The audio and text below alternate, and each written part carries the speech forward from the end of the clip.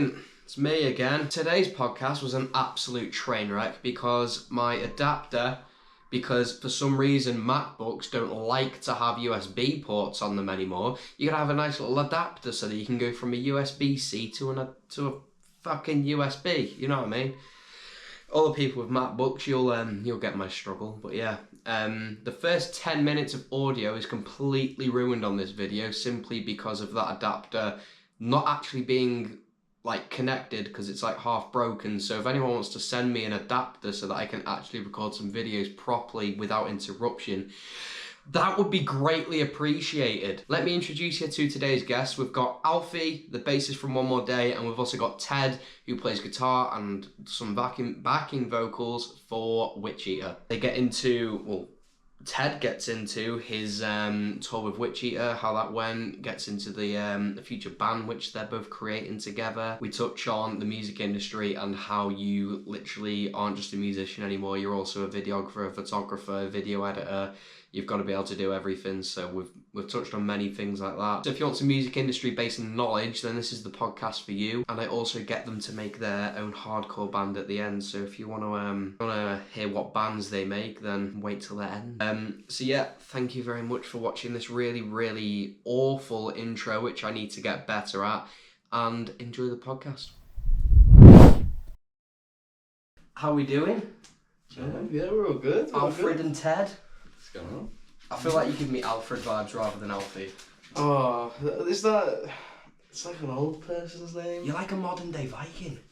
What can I say? He's a handsome guy. He is a handsome kind of guy, I'm not going to lie. What can we say?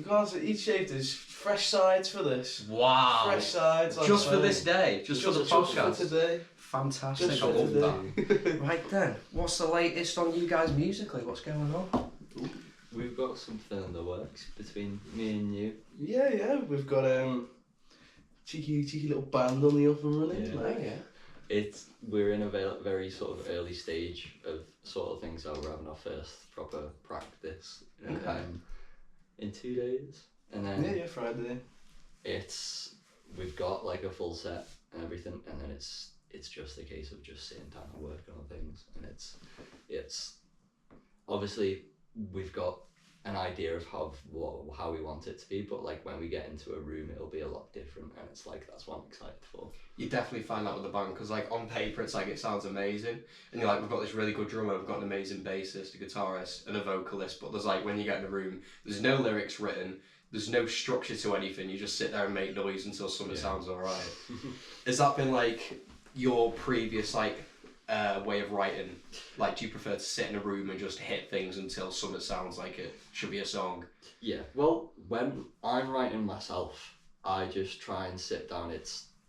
I kind of struggle trying to find the motivation to sort of just make myself sit down and just for an hour or 2 hours and just try and write something. And the best way it works for me is to just, I've got my desk set up so you can just sit down and just pick up a guitar. It's all set up and you just play and record stuff straight away. Yeah. And it just, having it accessible. She's bring that mic a bit close to you, by the way.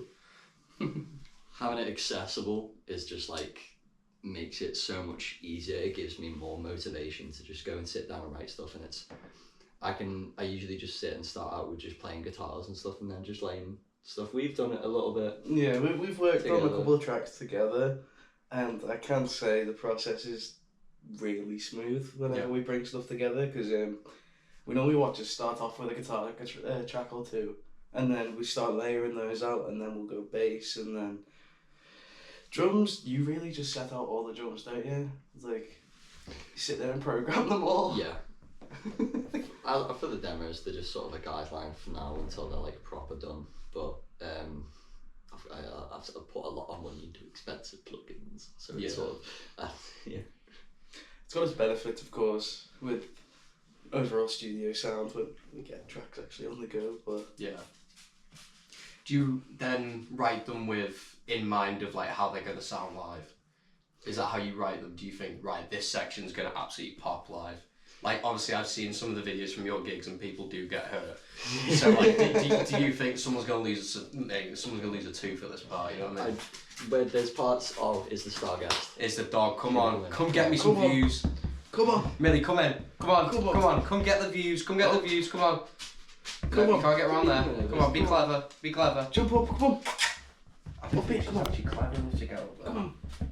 You did before. Come on, you can do it again. You can do it, Mel. Well, you're just going to sit there. Just gonna sit Oh, it's okay. You're going to be the star of the show, Mel. Brilliant. Yeah. So when we write stuff, we do passively think about like, how parts do sound live. Yeah.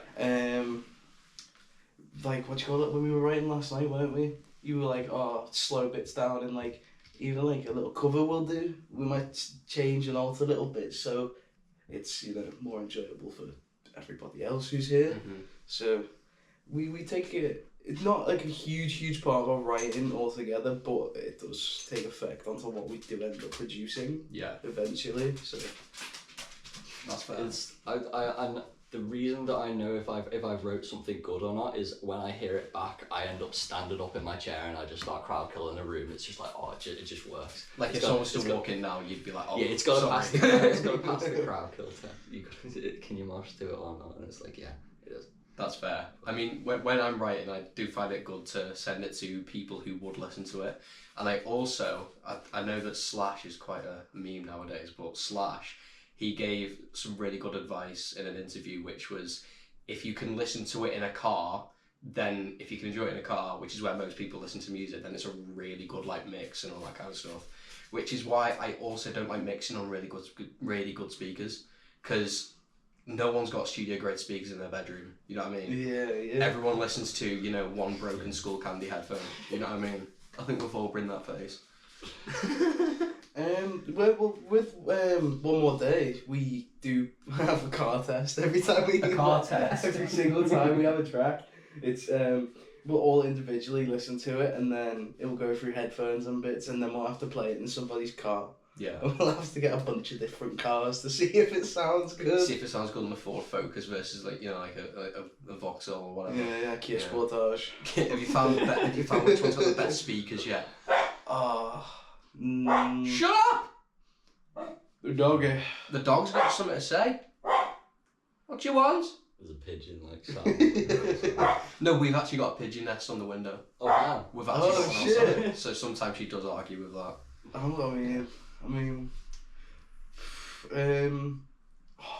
Best car speakers so far. What's Sam's Toyota Yaris? Sam's Toyota Yaris. Yeah, you know what? He's got some good speakers in that car. Yeah. I went I've really cocked up the speakers in my car, so now you can hear them rattling and stuff. What's quite funny is in my partner's got a Nissan Micro. The speakers are fine, but the second the bass gets any louder, all the plastic and stuff on the inside of the car just starts rattling and vibrating. And it's... I tell you what, I had the other day, I was listening to some Cypress Hill, and I was sat at a traffic light, and my volume was up quite high. And my wind mirrors start shaking. Like every time the bass would thing, my wind mirror would just be like that. God. That's what you get for getting a car Spock for 1,200 quid. What can I say? Oh, Spock. Spock. I Bro, got my who's car Spock. Spock? Mate, it's amazing. I was on a car hunt. Hello. I was on a car hunt, and it was like a 2-3 week car hunt. It was just after I passed, and I was like, I just want to get a car because I'm free then. I can do what I want. I can be where I want. Don't have to rely on anyone. And my uncle rang me and was like, yeah, I found one on Spock. And I was like, are you serious? And he was like, yeah, there's nothing wrong with it. I get there. It's this really old guy that can't fit a mobility scooter in his car. So he was like, I need a new one. Have it for 1,200. The problem with the car was it was on Spock. Yeah. I mean, the problem with the car's more than that is like, the wind mirrors shake when the music's too loud, That's how you can tell there's a really well put together car. Jesus Christ. Good thing with like the car speakers though is you can really get a perspective on like how someone would listen to your music, but like even when you put it on Spotify it changes sound anyway, doesn't it? Yeah, they have the enhancement quality thing, don't they? Yeah. With the audio quality of music, you get all of them for. I am paying the extra £10 for that. Like who's gonna you can even EQ it on there. Like who's gonna let a regular Spotify listener EQ your music for you? You know what I mean? I know. It's nuts. Like I couldn't imagine my mum EQing music on Spotify. Trying to get the bass end out of September Rain a bit more. Sat there like, oh, that 16k is a bit low. The song's dead good, but it needs more mids. It needs more mids. Scoop the high end! Scoop the high end. Fantastic. So with this new band then, what's the name? Or is there no name? I mean, there is a name. There is a name. Like, it's we don't know how to spell it yet, because there's one way of spelling it and there's another way of spelling it, and it's, Right. It's referencing something from a video game, Yeah. and it's either if we want to directly reference it or not. Okay. But that's not really decided yet, I guess. But it's. I mean, more about this band. Like, we're gonna know more ourselves. Like, we've got a practice session Friday. Yeah. Yeah, on Friday. So that's when we all get to get in a room together and like actually figure out what's gonna be going on with it. Did you ever play Destiny at all? I did for a bit. It's about a grenade launcher in Destiny. Oh right, okay. I don't know enough to name the grenade launcher, but I can imagine it's pretty cool. Yeah. We can say so, I guess. So, will you be, as being known for a bass player, are you fully making the transition over to guitar for this band? 50-50. Because I feel like I could see you with the guitar absolutely ripping. Like, I could see you hitting some zeros. Dude does rip some zeros. He does rip some zeros. Pretty good. Yeah, we've been doing some just at home practicing and learning riffs and shit, and like, it's been progressing. I can say that. It's like, I've surprised myself. Yeah. But You really surprised me. It's something that's good about how, obviously, us being multi-instrumentalists, we can sort of talk in a language that we both understand very well, and that I can sit and I can play guitar, and you can sit and play it, and we just gel together because we talk in like numbers and notes, and we just understand because Yeah. we both know sort of like, you know, it works very well. yeah, it's like we actually have the capacity to just sit in front of one of each other and just like shoot riffs back and forth, Yeah. and we could just work and just get a song in about half an hour. Yeah. So there's that good chemistry there, so we thought, fuck it, why not use that chemistry for something that we can actually make like a movable output with. So Yeah. so That it's- also, if it's just you two doing it, there's a lot less arguments about what sounds like what, you know? Like, who Yeah. wants this bit to sound like this? Who wants this bit to be slower? If it's just you two doing that kind of stuff, then there's like, you can get a lot more done a lot quicker. Yeah. Yeah, I mean, a lot of the stuff, well, I try and sit down when I try and write stuff. I just have a folder full of, there's about maybe of like 50, 60 just unfinished songs. Hang on 1 second. Is it? And I'm hoping that audio is better. We're back. We're back. Right, okay, hopefully we're back permanently. I Yeah. will make note to buy another... that thing. That thing. That's doing my head in now. The official Apple ones are like, I swear they're like £100. Just What? like the little adapters just to plug in your MacBook. I hate that they took the USBs off MacBooks. It's the worst thing Apple ever did. I It's like- also headphone jacks on phones. Headphone Bastards. jacks on phones. Bastards. Yeah, No, yeah. worst thing, biggest scam in the tech business. Why did you take the plugs out of the boxes, bro? The plug. Oh, I know. Yeah, Yeah. just take the plugs out of You the don't get phones. plugs now, What do am I you? going to charge my phone with? Honestly, we're gonna get to the point where we've got no, like, you know, the three prong plugs. Oh my god, that's Yeah. a fucking... That is the best thing Britain has Yeah, on yeah. any other country. I don't know any other country that's got that, but like, we can't get rid of that. That No, is the no. number one thing we have. British plug sockets. Yeah, but they're a bitch when you stand on them though. Oh man, You stand on one of those, all three of them are going through your foot. Yeah. Oh, What you got plug sockets lying around your floor for, bro? No arguably, comment. No No comment. arguably worse than Lego. Yeah. Yeah. Yeah. Stand on a plug. That is like, I'd imagine you'd have like a 3-prong plug. I said it right. You On the become- bottom of your foot Yeah, forever. yeah, you become just plug. Your foot becomes a plug. Plug foot. Oh my god, plug foot. Oh my god, that'd be such a cool nickname, plug foot. Oh my god. That's a band name, New plug band foot. name. plug foot. Fuck yeah. If you guys call yourself plug foot, That'd be pretty sick. I've completely lost all train of thought now that our fucking computer was just dying on me. Didn't want a computer. The computer didn't computer. Pissed off about that. But yeah, anyway. When's the new One More Day song coming out? Oh, new One More Day. Oh, I've heard this song. It's actually the best song they've made. Really? Yeah. I think we've got a show or two in the way, and then I believe we're planning on releasing it soon. Soon. How soon is soon? We have teased it, I believe, on our Instagram. You think? I do believe it has been teased. Yeah. I reckon within the next 3 months it's gonna drop. Just at some point. Yeah. Just nobody gonna know. It's just dropped. Okay. Just okay. throw it about. Just. You know what? Cause we're all in bands, promoting songs. Piss take, isn't it? Sucks. It fucking sucks. What I figured out, well, without doing it, I just thought actually that it'd be better. I haven't figured anything out. But this is usually what I do. I think I've figured something out. I do it and then I realise I haven't figured anything out at all. Is release the song and then promote it. Because people nowadays are like, oh, where can I listen to it? And it's like, oh, it's coming out 3 months. And then they lost interest after 3 months. You know what I mean? No, I get it. I feel like people nowadays, I get that excited. I see a band like drops a single. It's like, yeah, single. I want an EP. I'd be happy if every band ever just did EPs every month, and it's just when we did Witcheater did our EP. Yeah. We didn't do like a lot of promotion for it. Terms prior, we announced it, and then we dropped a couple singles from it, and then we ended up doing an EP release show. And after obviously the release show brought like a good amount of attention to it. It was like our second proper sold out show. It was our first proper sold out headliner as well at the Kaz, and yeah, it just, I don't know. It's promote the song after it sort of just helps. I've lost my train of thought already. Because doing it afterwards is more immediate though, isn't it?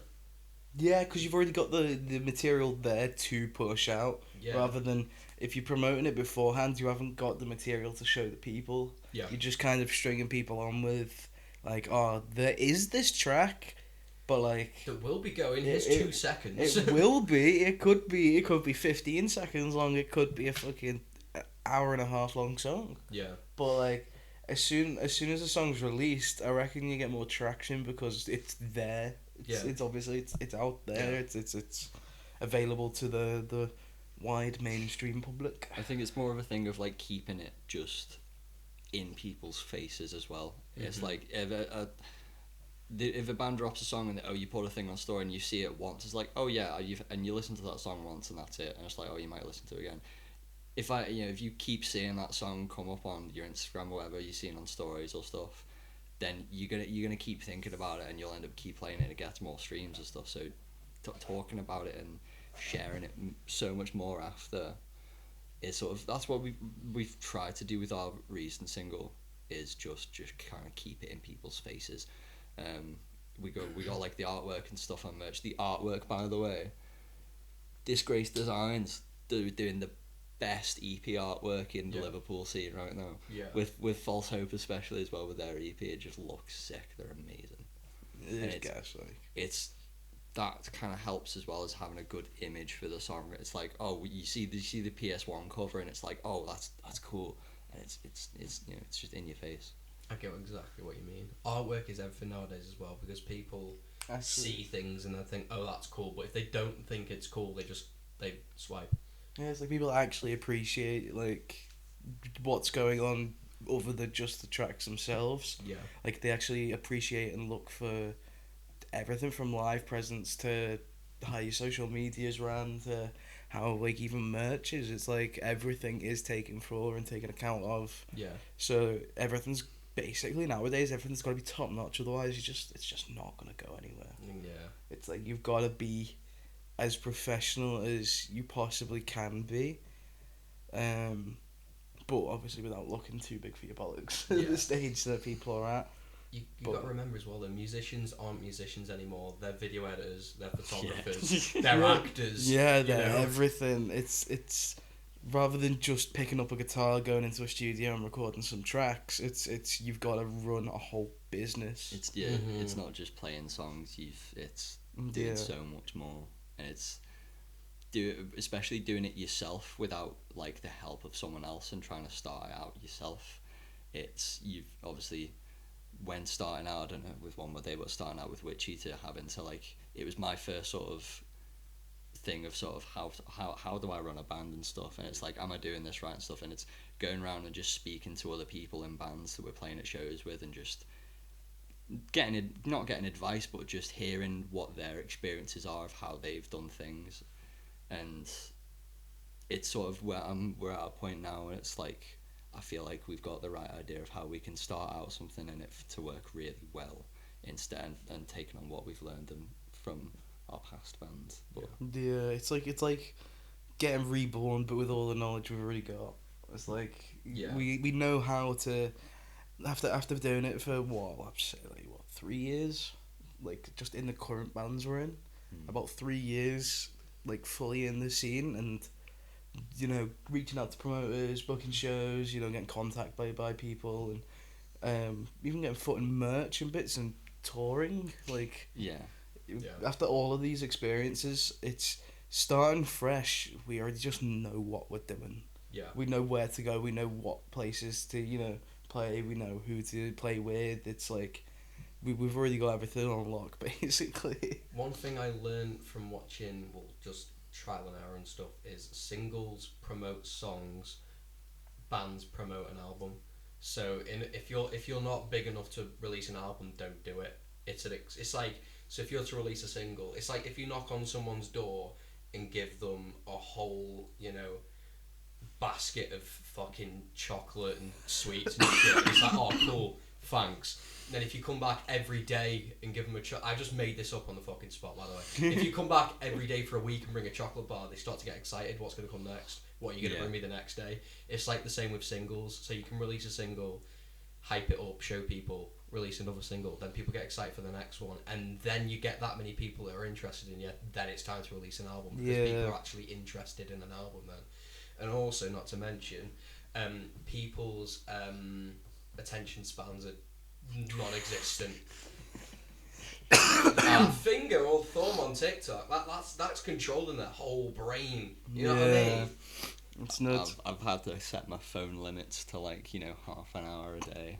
It's like it's a hole that's very easy to fall in, and it's there's been days where I've sat on TikTok for 7 hours straight, 3-4 hours throughout the whole day, and it's just like it's too much information for your brain to just sort of it's quick and it gives you a quick release of dopamine, but it's like it just makes you feel drained, and it's. We found fuck social media. Yeah. Getting the Fortnite W's better. No, that's a dopamine rush. That is dopamine. It's nuts. Feeling shit after a day, we shit day in work, just come home and just be like, Fortnite! Just Fortnite W. We're that good. We get consecutive back-to-backs. I know what, to be fair, this new band, what if you start streaming together Fortnite? I've been wanting to do this for so long. That It's would just imagine just streaming stuff on a band page, just like, oh wow, this is a band and they're playing Fortnite all together. It's That'd be amazing. pretty funny. And then eventually you turn into Metallica and you have your own skins in Fortnite and completely. Fuck yeah. Could you imagine playing as yourself in Fortnite? Oh, it'd be creepy, to be honest. It would It'd be weird.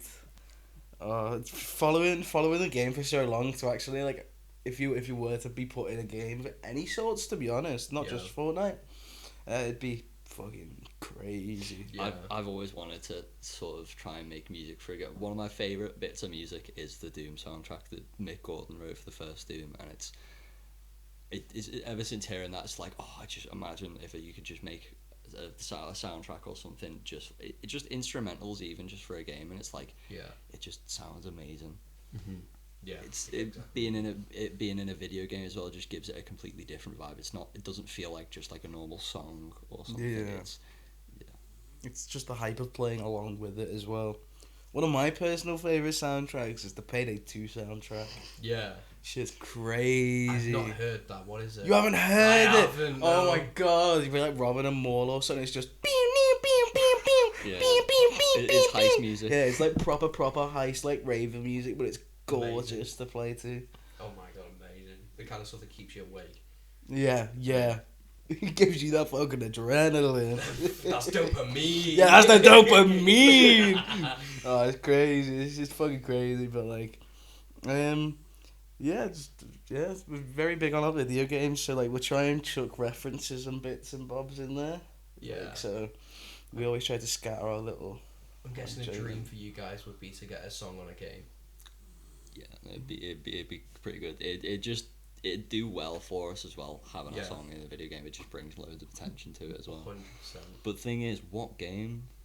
Shit. I feel like if Skate 4, whenever that comes out, that would be a good one to go. That would be really good to get onto. I feel like Skate 4 is going to bring a whole new like genre of music about. If you can hear my dog snoring, by the way. The dog's conked. Dog's conked out. Yeah, it's just like when games like that come about, artists then have to think, oh, I want my music to be on that, and then you get a whole different genre of music. It's like nowadays you've got to kind of actively be aware of it, because you never know when a company's just gonna reach out and just say like, yeah, hi, we want that song on our game. Yeah. It's like, if you haven't already catered towards that, then you might personally not be happy with it. If it's like a song that you just don't enjoy it or just don't like, then if that's the one that gets to where you want it to be, it's just like, it's a disappointment, but it's also not at the same time. Yeah. Because obviously, songs in a game, but it's like, you've got to actively make choices of, what would suit what needs. Yeah. But it's so tough, because you've got to think about this before writing a track, but it's all bits and bobs. Yeah. It's crazy. Do you think it's sad now that musicians are literally writing specifically for certain things? Like, you can tell, in my opinion, with the new Bring Me album, they've recorded every single song for TikTok. Everything's been geared with the mind of someone somewhere is going to put this on TikTok. It's crazy. Yeah. I hate it because you can hear the clips of just what's being sectioned out into TikTok in the 100%. songs. There was a band. What was it? Pine Grove did it, where there's bands putting out songs that are specifically made and edited for social media and stuff, like slowed down or sped up edits. Like the song Need To, they ended up, once that got popular on TikTok, they released it was like an EP, and it's just like a faster version of the song, a slower version of the song, a shorter version of the song, reverb version. Reverb version. It's okay when you got like two versions. Like with Cypress Hill, they've got a rocked up and a more rappy version of Rock Superstar, and I personally prefer the rock version because it's like huge and it reminds me of Limp Bizkit. But like when you've got Metallica, they have like 4 versions of Unforgiven, or how many versions it is, and it's like you could just release it as separate songs. 100%. You know what I mean? It's like the normal formula of just sticking to like a rocked out song and then just like an acoustic, like Neck Deep with December, with the Mark Hoppus remake. It's like they actually pulled that off really fucking well. Mm-hmm. Yeah, from just the acoustics to like a full band get go of just a full song. It's brilliant. I know Neck Deep are doing so well, but I feel like they deserve more than what they've got. 100%. I really do. 100%. Especially with like some of the covers they've done them really, really well. And the thing is, you can tell straight away it's Neck Deep. Like they've got a signature sound. Yeah. I know a lot of 100%. people compare it to like Blink and stuff, but like when you hear Neck Deep, you know it's Neck Deep. That's one of the things about them that I absolutely love. They are brilliant. I've been listening to them not horribly long, but at the same time it's like long enough to like point it out. It's great. I fucking love Neck Deep. I am a huge fan. I won't lie, I'm a fanboy. You've met them, haven't you? Not all of them. I've met Matt a couple of times, spoke to him quite a couple of times. He lives in Broughton. Oh. Because they're only from down the road. Yeah, from they're here. from Wrexham, aren't they? Not Yeah. Wrexham, but like, yeah. And then I've seen. The Rex. I actually let Matt across the road the other day while he was running. I mean, yeah, fair enough. Because he is quite often in Chester. But I saw Ben in the saddle in Chester. I think I remember you texting me about that. You're like, I just saw the fucking Neck Deep singer in the pub, and I was like, what? And you're just like, yeah, random encounter with him. My mum saw the whole band the other day. You know the New Market in Chester? Just saw the whole band sat there eating. Just Shit is crazy. I know, yeah. I mean, I guess it's the same thing, though. They're just like regular dudes, really, aren't they? Mhm. It's like, it's fucking nuts for us to see them, but like to them, it's just like fucking regular get-go, regular day, really. But Absolutely. So, Ted, Yes. was it your first tour? It was. How did you enjoy it? And how many dates long was it again? It was 4 days. Okay. And it was a learning experience. I can imagine. Obviously we played Liverpool the first show, and whenever we've done shows in Liverpool, there's always been a good reception because obviously it's a hometown. We played a lot of shows sort of in the same venue, so people sort of if it felt like people sort of coming and seeing like the same show a lot before we went on tour. So like going on tour and playing different places was a change of pace rather than just playing the same city over and over. Obviously we've gone and played places like Manchester and Leeds before. Yeah. But like it was like my first time going to Newcastle as well, and it's think my favourite thing about going on tour was just going around and just there was just loads of stuff, just going into a random KFC in the middle of Newcastle in a place I've never been before, and it's just it was there was a lot of stuff that like went sort of not wrong, but like things I wish we could have done differently. Yeah. Like there was some of the shows obviously there was a lot of people weren't showing up or stuff. Some of the shows didn't do well, but each night all of the bands always tried to just give it doesn't matter if there's 5 people in the room who've come to watch it, or if there's 100, if you have to give the same performance to all of them. And it was doing it on a nightly basis.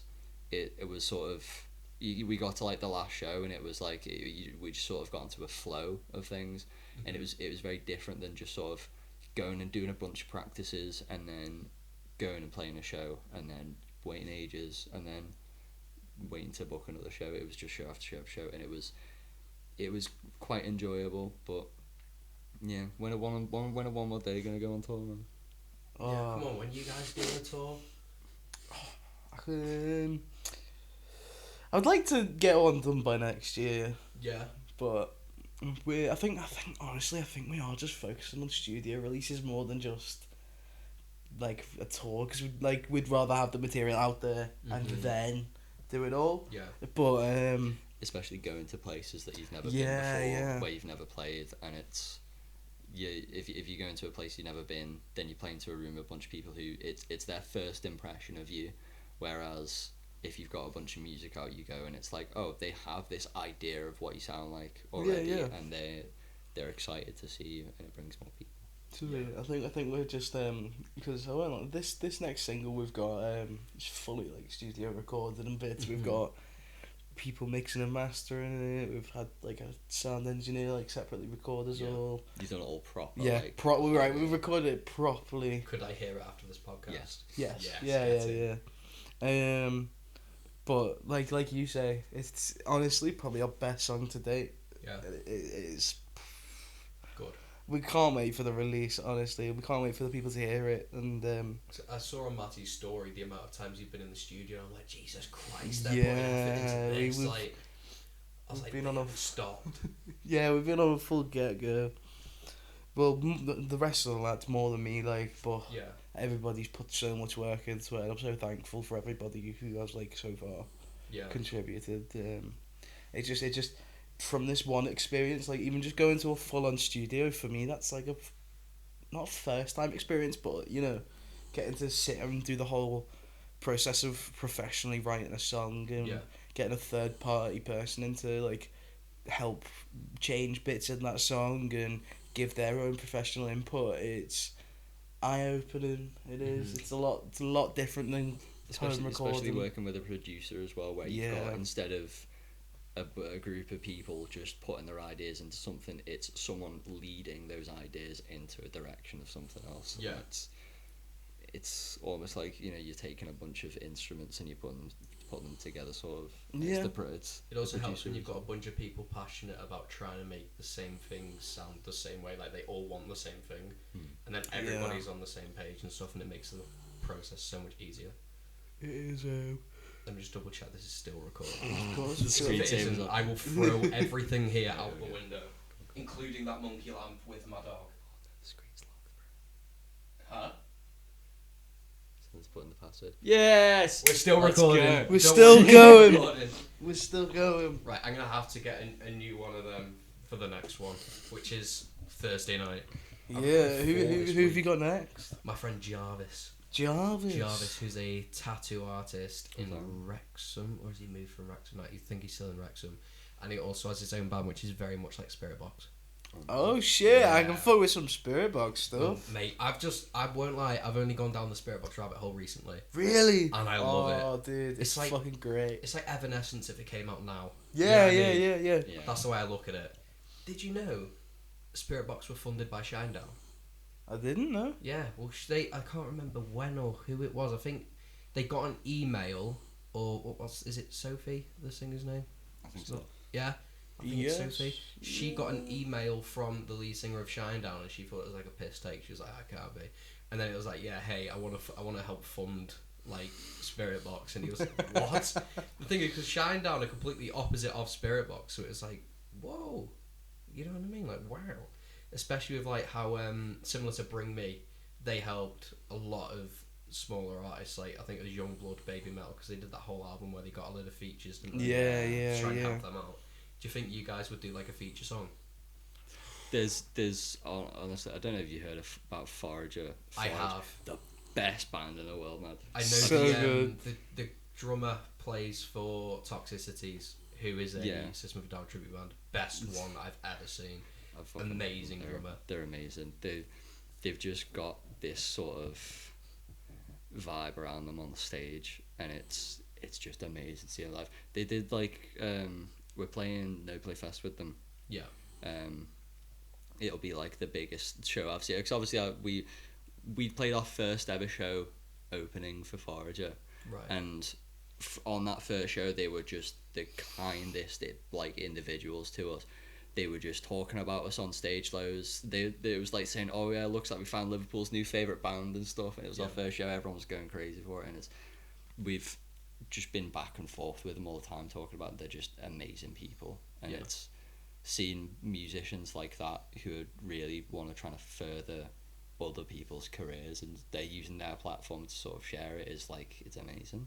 Yeah. It's you know, it's, if everybody was like that in the scene, then we'd have amazing music coming out like regularly. Yeah. Yeah. What's it called? I saw them at the Jack, out of all fucking places. Really? At the Jack, yeah. Wow. It was nuts. Me and Ollie were screaming lyrics at each other. I won't lie, the Jack's cool crazy. when it's full. Oh, this Yeah. was full. Yeah. They had that motherfucker. They had that filled right to the back. It Yeah. was nuts. It was crazy. It was a great show though. I remember when we played the Jack, and it was like oversold. There was like, they were supposed to like only let in around like 60 people. There was about 80, and there was like people up the stairs out the door and stuff. We were like the Wow. second band on this lineup, and I think it was just like people were just talking about us a lot, and just loads of people came down. It was so cramped, and it was a definitely cool place to play. I've always wanted to just go and play the Jack again, because it's been so long since we played there. Obviously being a small venue, I feel like it's we could play it and sell it out very easy, but that's why you sort of play bigger places, because you obviously want more sales in tickets. But in some ways it looks better if a band sells out a show. Anyway, but like I'd be perfectly happy never playing a big venue in ever again, and just playing places like the Jack, because Just sold out it's just shows. the vibe. Yeah. I feel like that should be a rule, an unwritten rule for bands should play a venue 10-20% smaller than what they can do. Yeah, Because yeah. then it's going to create demand as well. Because if you play a show that's like, you know, say you can sell 10,000 tickets and you try and fill a 15,000 ticket place, do like a 3,000 ticket one. That's a big jump, but like a 3,000 ticket one, Yeah, then yeah. you can leave 7,000 people wanting more. You know what I mean? Like, it's just it's kind of a bit of a bad business move. 'Cause, Yeah, like, yeah, it's the whole business. Business. yeah, it looks better as well. I know a lot of people have argued with me on this, but I think the pictures of the audience at a gig with the band on stage does tell a lot about the band, especially if it's a headliner. Yeah. Like, how many people are there? Like, if you can see a gap from the front row back, and then there's like a load of people stood at the back. Like that doesn't portray the band very well on social media, especially for promoters. Yeah. It's just the clarity, really, because it shows that people are wanting to come to the shows. Yeah. It also it's people come to shows and they're active, and you can they're not afraid to sort of show that they're enjoying themselves. Yeah. As well, and if I wish that we could go to more shows and that like more people just feel comfortable to just be themselves and just enjoy it and have a nice time, rather than just like, oh, a band's in, and then obviously I go to shows and it's like, oh, I just want to chill around there, I'm just gonna sit and watch and stuff. There's times like that, but yeah, it's sort of It's in the hardcore scene in Liverpool at the moment. You've got like the people who stand at the back, and you've got the people who just battle the same out of everybody the same else. 20 people. They always turn up and they're always throwing down and stuff. There's like a core group of just proper moshes that you just see the faces at every show. It's always in the photos. Harvey, photographer Harvey. Photographer, Yeah. yeah. He's always at guy shows. Ever. In my opinion, he's like one of my favourite people ever. He's insane. I remember when he bought a Witcheater cap, and Dude hasn't taken that off his head. Dude took it to Download Festival. It Yeah. got like beaten up and like torn up, and he put it back together, and it's still okay. He's still got it. That's good marketing for you guys. I told him, I was like, if you want another hat, man, just you can have one. You've done enough for us. And it's like that. He wants to keep the legacy, the OG Witcheater hat, I guess. Yeah, that's fair. Well, in closing, so I'm going to ask you both a question, and what I want you to do is, because you're both like hardcore, you guys are huge hardcore fans and in hardcore bands, so I want you to make a hardcore band using 5 members. You're going to have a drummer, Okay. you're going to have 2 guitarists, a bass player and a vocalist. I recently had my friend Louis on, who completely finessed it and chose. So obviously the obvious thought is like, I'm gonna have Brian Garris as the vocalist. That's like the mainstream way of looking at it. But he was like, no, I have Kublai Khan singer, and then I'm putting Brian Garris on bass because he also does bass in Weapon X and vocals. So he completely finessed it there and turned it into an insane band. But yeah, so give me both your drummers. Go on, you can. Well, don't know if you know. So the guitarist in Loathe, Eric Bigstaff, he's an insane drummer. There was so there's a video you can have a look on YouTube. It was one of my favourite bands, God Complex, when they were doing their last show. He was like filling in for drums for them and stuff. I think he also like helped like sort of produce some of their songs and stuff. But watching the video and seeing stuff that he does, dude goes and about like a quarter of the way through the set, he's broken all of the sticks that belong to all of the bands, and people are going around, it's like, has anybody got a drumstick? And it's like, no one's gone, because dude's going through these sticks, burning through them, he's destroying this drum kit, he's crazy. I'd have him on drums, 100%. Okay. Yeah. Mine's a bit more batshit standard. Eloy Casagrande. Eloy Casagrande, man. I don't even have to say anything. That's it. Did you see the Eeyore video? Of course I saw the Eeyore video. I don't even have to say anything. Everything's 127 velocity with that guy. Yeah, it's Every like single note. dude, is he even real? Oh, I don't Is he know. human? I want proof. Yeah, it's like, Are you going to the Slipknot show 25th anniversary one? I don't know. Because I'm pretty sure it's sold out now. I know. Because I'm going the Manny ones. If you want to lift, come with me. I really want to go see them. I remember I tried buying tickets to go see Slipknot one time, and it was like I sat for an hour, tickets like on sale at 9, and I was there waiting in the queue, and it's like I load in, and it's like 30 seconds pass and they're gone. It's like, oh, Yeah, that's it's it. like fucking people are crazy for Slipknot, man. It's one of the things I don't like about bigger shows. It's like I've been to a few bigger shows. I've seen Bring Me a few times, and I've gone to like sort of venues in sort of like 1,000 caps and stuff. It's a very different vibe to like a normal show, and people act differently. Because you go to a big show, obviously like Knock Loose or something.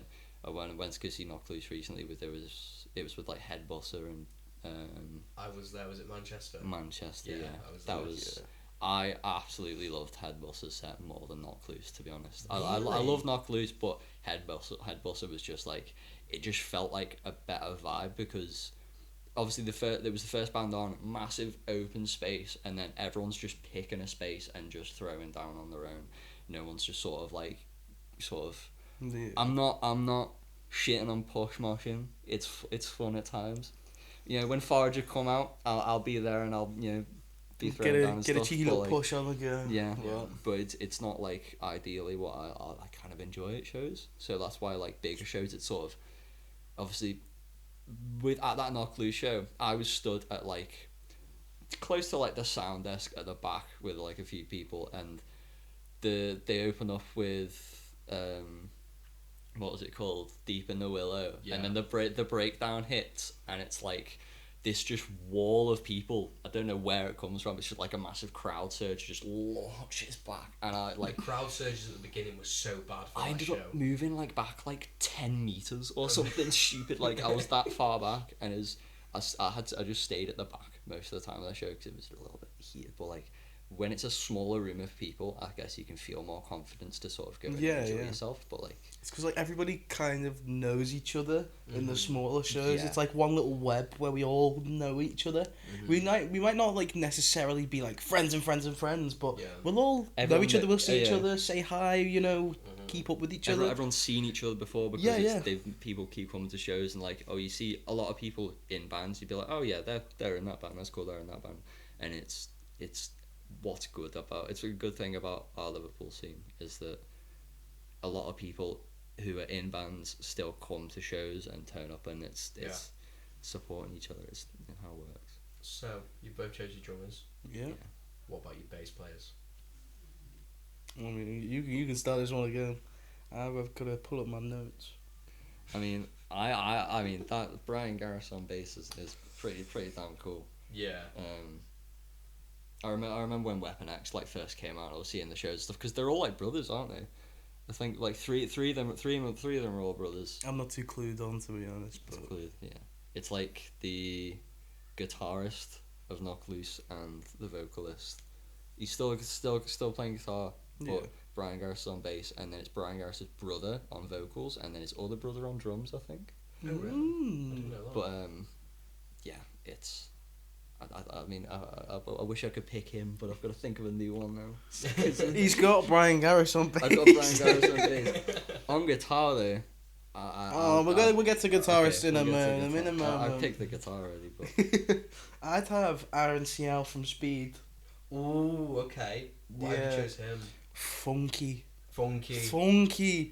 He's funky, but like, dude slaps. Oh yeah. Dude just gets in there. It's good. Yeah. I reckon he'd be a really, really, really solid, just like. Ted's really thinking about this. bro, Nice. I'm stuck. You're not the thinker, bro. I'm gonna have to pull up Spotify, bro. If you do want to choose Brian Garris, you can. Because it is a pretty sick option. Alright, I'm a big Brian. Yeah. Wow, okay, so you've now both got to choose two guitarists. Two guitars. Two guitar. You've got one, haven't you? I've got another one. I just need to double check. Alright, I'll start this one. So, we have got a similar choice, but it's not for the same instrument. Right, okay. I'd choose Eric Bickerstaff for guitar, Mm-hmm. alongside Conan Hall from Malevolence. Ooh, yeah. Yeah. See, you could have chose the guitarist from, I don't know if it's him because I don't know names of hardcore band members, I won't lie, but the guitarist from Malevolence who's also the drummer for, what's the other band? Guilt Trip, isn't it? Guilt Trip. Yeah. Yeah. That could He's have the been one a who good does option. the singing. Yeah. Yeah. Oh, the bigger dude that's... Yeah, Oh, that's yeah. the other guy. Yeah, Conan, yeah. Right, I choose him and Eric as my guitarists. Cool. Oh, and backing vocalists for Conan, but you know. Yeah. Yeah, mine's I've got a guitarist and a guitarist / backing vocalist. So big sort of like inspiration is like the inspiration one. Also, gotta have the older guy in the band. He's gotta have the wisdom and stuff. I'd be picking Jim Root. Wow, right, okay. Yeah. And then for second guitarist, I don't know if you're onto Harriet, but Debbie from Harriet. That's Right. the she does like the crazy like high screams and also does like most like a lot of guitar and stuff. Yeah. I pick that. But yeah, those are my two guitarists. Fuck yeah. You've both got to pick a vocalist. I've got mine for certain. I've got mine. Yeah. I've got mine. Go on. Who are your vocalists? Has a rule. Harry Rule from God. He was in God Complex and then he was in Blood Youth, and he's it's one of those vocalists where I look at and it's like you're listening to voices and it's just like you're just in disbelief. It's like someone can just be this good at something and it just sounds like perfect. Just great. It's just brilliant. And your vocalist, Alfie? Eric Van Leberg from I Prevail. Oh wow! Okay. Yeah. I've not imagined him in a hardcore setting. I'd love to hear his voice in just like a hardcore band on his own. To be fair, Jim Root's jazzy kind of vibe through a hardcore setting might be sick. I'd love to hear Jim Root on a very low tuned guitar, like lower than Slipknot low, like G kind of vibe. You know what I mean? But yeah. Bro, would rip it. Right. Absolutely rip it. Thank you very, very much for coming on. So good. Thank you. It's our pleasure. It's been a pleasure. It's been a pleasure. It's been a pleasure.